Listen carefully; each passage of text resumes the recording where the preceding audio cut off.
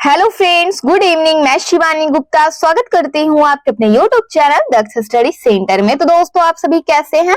आशा है कि आप लोग स्वस्थ होंगे, मस्त होंगे और अपने एग्जाम के लिए अच्छे से तैयारी कर रहे होंगे। तो दोस्तों, यदि आप ए-स्टेट, बी-एड, डी-एड या सी-टेट की तैयारी कर रहे हैं तो ये वीडियो आपके लिए बहुत ही हेल्पफुल होने वाला है दोस्तों, क्योंकि हमेशा की तरह बाल विकास से रिलेटेड कुल 30 प्रश्नों का संग्रह आपके सामने लाया गया है, जो कि आपके एग्जाम के लिए दोस्तों बहुत ही महत्वपूर्ण प्रश्न है।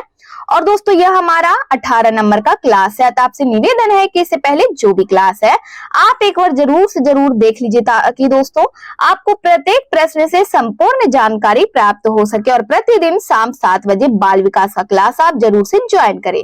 तो बिना समय गवाए हम लोग पहले प्रश्न पर ध्यान देंगे दोस्तों, जो कि हमारा आज का बाल विकास का दोस्तों क्लास से पहला प्रश्न है। ध्यान दीजिएगा, व्यक्तित्व विकास की अवस्था है दोस्तों। बताइए, अधिगम एवं वृद्धि की व्यक्तिवृत्त अध्ययन या फिर दोस्तों उपचारात्मक अध्ययन या इनमें से कोई नहीं। तो बताइए इनमें से हमारा इसका आंसर क्या होगा दोस्तों? व्यक्तित्व विकास की अवस्था है दोस्तों अधिगम एवं वृद्धि, हमारा ए ऑप्शन इसका आंसर हो जाएगा। अगले प्रश्न पर इसी प्रकार ध्यान दीजिएगा, व्यक्तित्व स्थायी समायोजन है दोस्तों। बताइए, पर्यावरण के साथ, जीवन के साथ, प्रकृति के साथ या फिर ये सभी। तो इनमें से हमारा इस प्रश्न का आंसर क्या होगा दोस्तों? बताइए, व्यक्तित्व स्थायी समायोजन है दोस्तों। बताइए किसके साथ?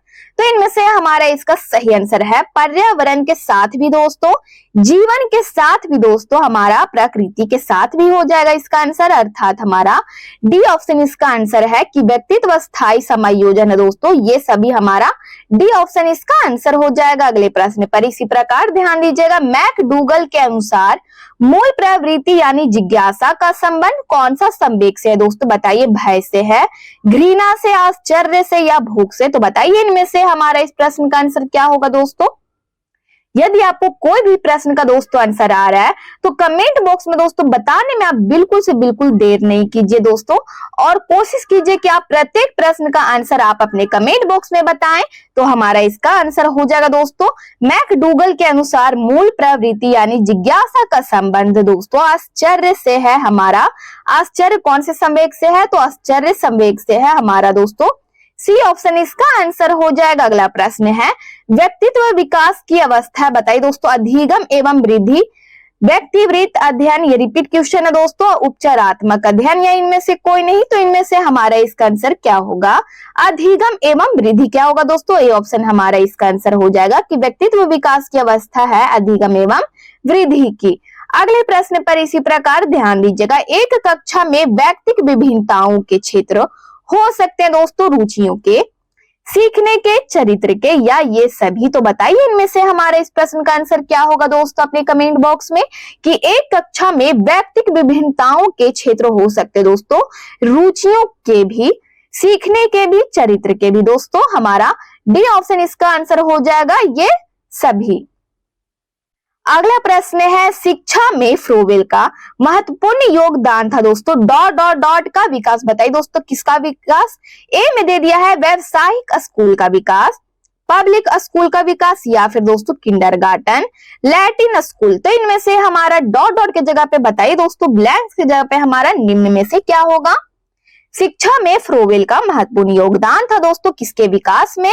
तो इनमें से हमारा इस प्रश्न का आंसर हो जाएगा दोस्तों किंडरगार्टन के विकास में। हमारा सी ऑप्शन इस प्रश्न का दोस्तों आंसर हो जाएगा। अगले प्रश्न पर इसी प्रकार ध्यान दीजिएगा और वीडियो के अंतिम समय तक अवश्य बने रहिए दोस्तों, ताकि आपकी नजरों से एक भी प्रश्न ना छूटे और आप अपने एग्जाम के लिए अच्छे से प्रिपेयर हो सके। तो हमारा प्रश्न है, मानव जाति में वे कौन से व्यक्तिगत विभिन्नता के निर्धारक तत्व होते हैं जो मानव जाति की विविधता को बताते हैं? बताइए दोस्तों, पर्यावरण का अंतर, बी में है आनुवंशिकता का अंतर, सी में है आनुवंशिकता व पर्यावरण की अंतःक्रिया या फिर उपयुक्त में से कोई नहीं। तो बताइए इनमें से हमारे इस प्रश्न का आंसर क्या होगा दोस्तों? बहुत ही महत्वपूर्ण प्रश्न है आपके एग्जाम के लिए दोस्तों। तो इनमें से हमारे इस प्रश्न का आंसर हो जाएगा सी ऑप्शन दोस्तों, मानव जाति में वे कौन से व्यक्तिगत विभिन्नता के निर्धारक तत्व होते हैं जो मानव जाति की विविधता को बताते हैं दोस्तों? तो आनुवंशिकता व पर्यावरण की अंतःक्रिया, हमारा सी ऑप्शन इस प्रश्न का आंसर हो जाएगा। अगला प्रश्न है, शिक्षा का किंडरगार्टन पद्धति का प्रतिपादन किया? दोस्तों बताइए किसने किया? बहुत ही महत्वपूर्ण प्रश्न है दोस्तों।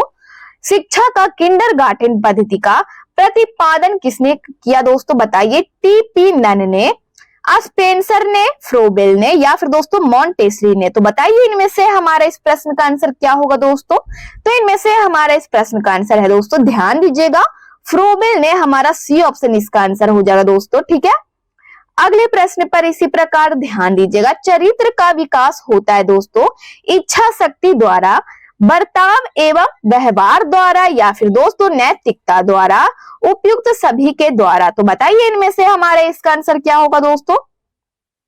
चरित्र का विकास होता है इच्छा शक्ति द्वारा भी हमारा सही है, बर्ताव एवं व्यवहार द्वारा ये भी हमारा इसका आंसर हो जाएगा दोस्तों, नैतिकता द्वारा अर्थात हमारा डी ऑप्शन इसका आंसर हो जाएगा दोस्तों। ध्यान दीजिएगा, उपयुक्त सभी के द्वारा हमारा डी ऑप्शन इसका आंसर हो जाएगा।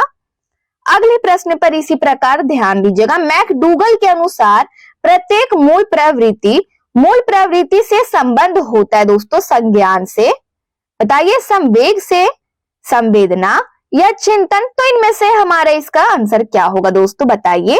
मैकडूगल के अनुसार प्रत्येक मूल प्रवृत्ति, दोस्तों यहाँ पे डॉट डॉट डॉट होगा, ठीक है, डॉट डॉट डॉट मूल प्रवृत्ति से संबंध होता है। तो ब्लैंक्स की जगह पे हमारा निम्न में से क्या होगा दोस्तों? बताइए अपने कमेंट बॉक्स में। तो बी ऑप्शन दोस्तों। ध्यान दीजिएगा एक बार फिर से प्रश्न की ओर। मैकडूगल के अनुसार प्रत्येक मूल प्रवृत्ति दोस्तों संवेग मूल प्रवृत्ति से संबंध होता है, हमारा बी ऑप्शन इसका आंसर हो जाएगा। अगले प्रश्न पर इसी प्रकार ध्यान दीजिएगा। सीमा हर पाठ को बहुत जल्दी सीख लेती है जबकि लीना उसे सीखने में ज्यादा समय लेती है, यह विकास के डॉट डॉट डॉट सिद्धांत को दर्शाता है। दोस्तों बताइए यह विकास के कौन से सिद्धांत को दोस्तों दर्शाता है? बताइए, व्यक्तिक भिन्नता को, या फिर अंतः संबंध को दर्शाता है, निरंतरता सिद्धांत को दर्शाता है, या फिर दोस्तों समान से विशिष्ट की ओर? तो ब्लैंक्स की जगह पे हमारा निम्न में से क्या होगा दोस्तों? तो ये ऑप्शन। ध्यान दीजिएगा, यह विकास के दोस्तों व्यक्तिक भिन्नता सिद्धांत को दर्शाता है, हमारा ए ऑप्शन इसका आंसर हो जाएगा। अगले प्रश्न पर इसी प्रकार ध्यान दीजिएगा। 16 पीएफ हमारा प्रश्न क्या है दोस्तों? ध्यान दीजिएगा बारीकी से। 16 पीएफ यानी 16 पीएफ का प्रयोग किसके मापन हेतु किया जाता है दोस्तों? बताइए। सृजनात्मकता, अभिरुचि के मापन हेतु किया जाता है, या फिर व्यक्तित्व के मापन हेतु, दबाव? तो इनमें से हमारे इस प्रश्न का आंसर क्या होगा दोस्तों? बहुत ही महत्वपूर्ण प्रश्न है आपके एग्जाम के लिए। 16 पीएफ का प्रयोग किसके मापन हेतु किया जाता है? तो व्यक्तित्व के मापन हेतु किया जाता है, हमारा सी ऑप्शन इसका आंसर हो जाएगा। अगला प्रश्न है, थॉर्नडाइक के व्यक्तित्व के वर्गीकरण का आधार है दोस्तों। बताइए, थॉर्नडाइक के व्यक्तित्व के वर्गीकरण का आधार क्या है दोस्तों? शारीरिक गठन और सकल सूरत बी में है। ध्यान दीजिएगा, रचनात्मकता और मौलिकता, समायोजन और बुद्धि, या फिर दोस्तों डी में है चिंतन और कल्पना।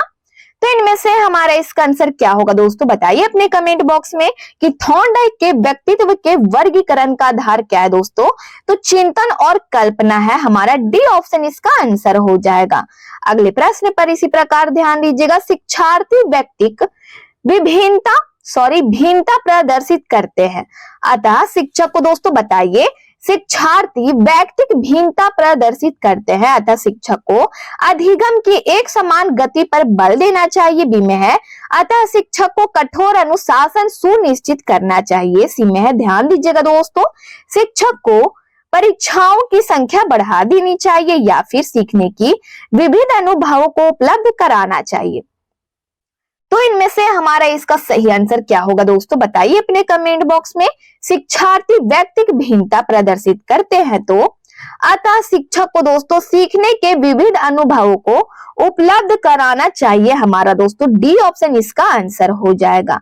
अगला प्रश्न है, अंतर्मुखी, बहिर्मुखी तथा उभयमुखी व्यक्तित्व का वर्गीकरण दोस्तों डॉट डॉट डॉट द्वारा किया गया है। बहुत ही महत्वपूर्ण प्रश्न है दोस्तों। बताइए, क्रिचनर द्वारा, युंग, सेल्डन, या फिर दोस्तों ध्यान दीजिएगा स्ट्रेंजर। तो इनमें से हमारा ब्लैंक्स की जगह पे निम्न में से क्या होगा दोस्तों कि अंतर्मुखी और बहिर्मुखी तथा उभयमुखी व्यक्तित्व का वर्गीकरण दोस्तों कौन किसके द्वारा किया गया है दोस्तों।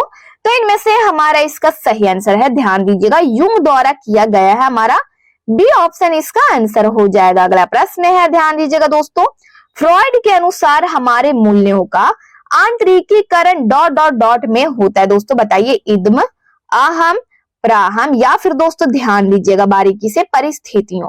तो इनमें से हमारा ब्लैंक्स की जगह पे निम्न में से क्या होगा दोस्तों, बताइए अपने कमेंट बॉक्स में। तो सी ऑप्शन दोस्तों हमारा इसका आंसर हो जाएगा कि फ्रॉइड के अनुसार हमारे मूल्यों का आंतरिकीकरण दोस्तों, आंतरिकीकरण कहाँ होता है तो प्राहम में होता है। हमारा सी ऑप्शन इसका आंसर हो जाएगा।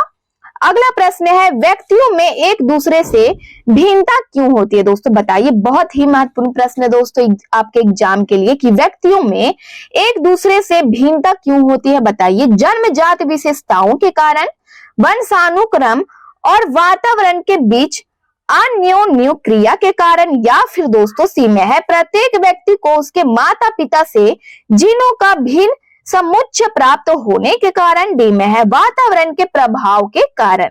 तो इनमें से हमारे इस प्रश्न का आंसर क्या होगा दोस्तों, बताइए अपने कमेंट बॉक्स में। बहुत ही महत्वपूर्ण प्रश्न है दोस्तों, इसलिए आप जरूर से जरूर दोस्तों इस प्रश्न का आंसर आप अपने कमेंट बॉक्स में बताइए।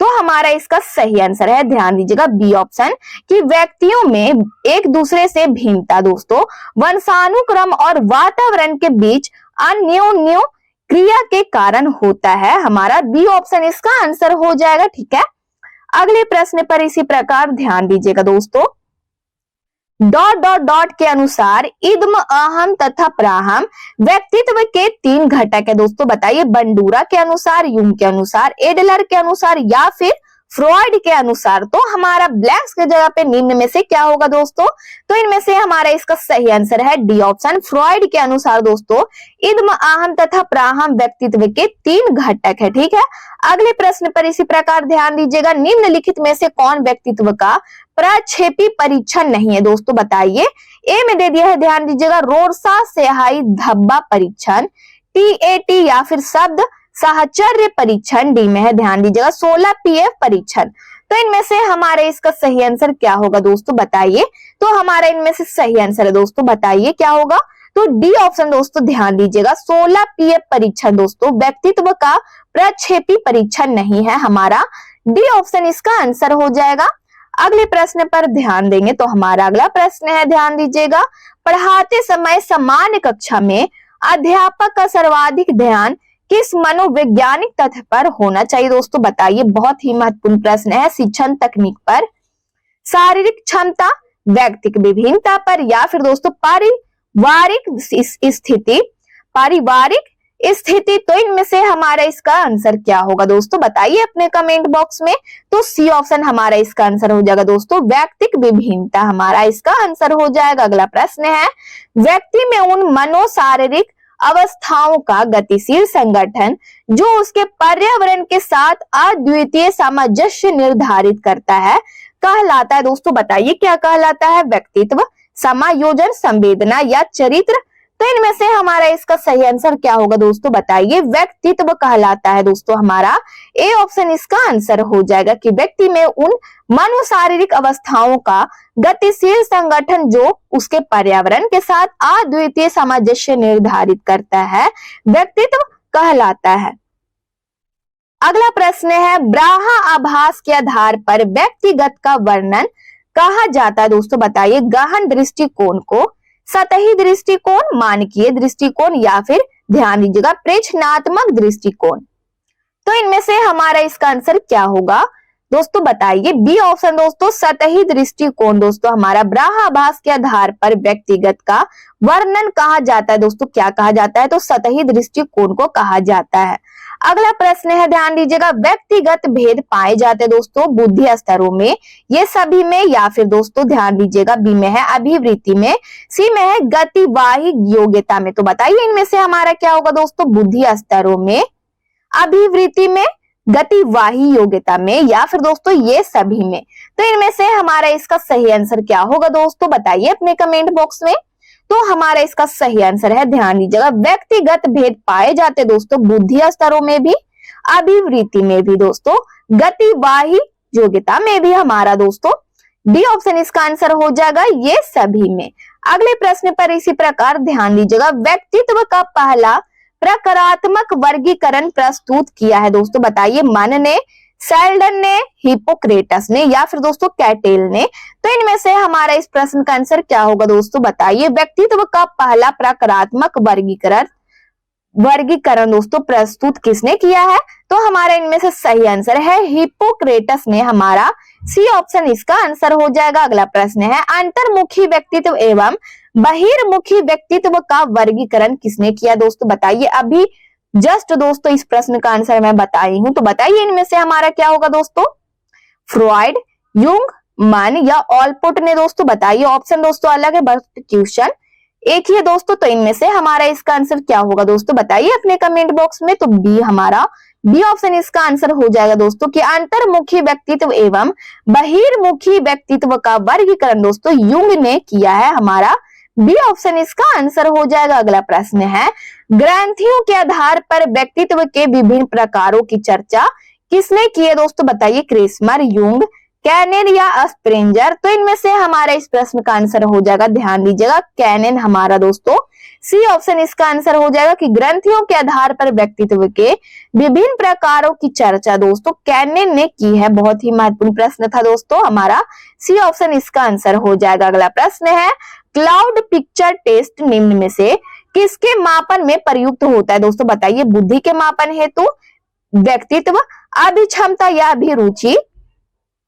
तो इनमें से हमारा इस प्रश्न का आंसर क्या होगा दोस्तों, बताइए। क्लाउड पिक्चर टेस्ट दोस्तों व्यक्तित्व मापन में प्रयुक्त होता है, हमारा बी ऑप्शन इसका आंसर हो जाएगा। अगला प्रश्न है, पूर्व अनुभव के आधार पर, ध्यान दीजिएगा, पूर्व अनुभव के आधार पर संवेदना को अर्थ प्रदान करना क्या कहलाता है दोस्तों, संवेदना कहलाता है, प्रत्यक्ष ज्ञान कहलाता है या फिर अभिप्रेरणा, कल्पना। तो इनमें से हमारा इसका आंसर क्या होगा दोस्तों, बताइए।